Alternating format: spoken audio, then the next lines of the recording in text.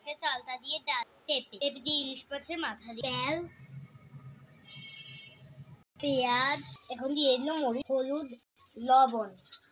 এই যে হলুদ মরিচের মাখানো পানিটা দিয়ে দিল। এখন কিছুক্ষণ বাদে দিয়ে দিবে মাছের মাথাগুলো। এখন মাছের মাথাগুলো দিয়ে দিল। দিয়ে চালতা দিয়ে ডাল হচ্ছে, এই জন্য হলুদ। দেখুন এখন মাছের মাথাগুলো আমি তুলে এই যে এখানে এখন দিয়ে দিচ্ছি সেই পেঁপেগুলো। এখন একটু লাড়া দিচ্ছে।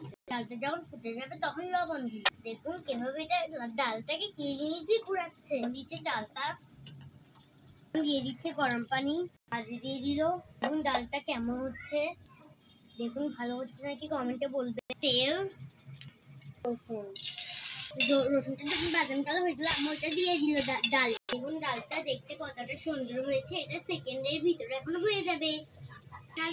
ডাল ইলিশ মাছের মাথা দিয়ে পেঁপে তরকারিটা খুব সুন্দর হয়েছে। আমরা খুব মজা করে খাবো, আপনারাও কিন্তু খেয়ে দেখবেন।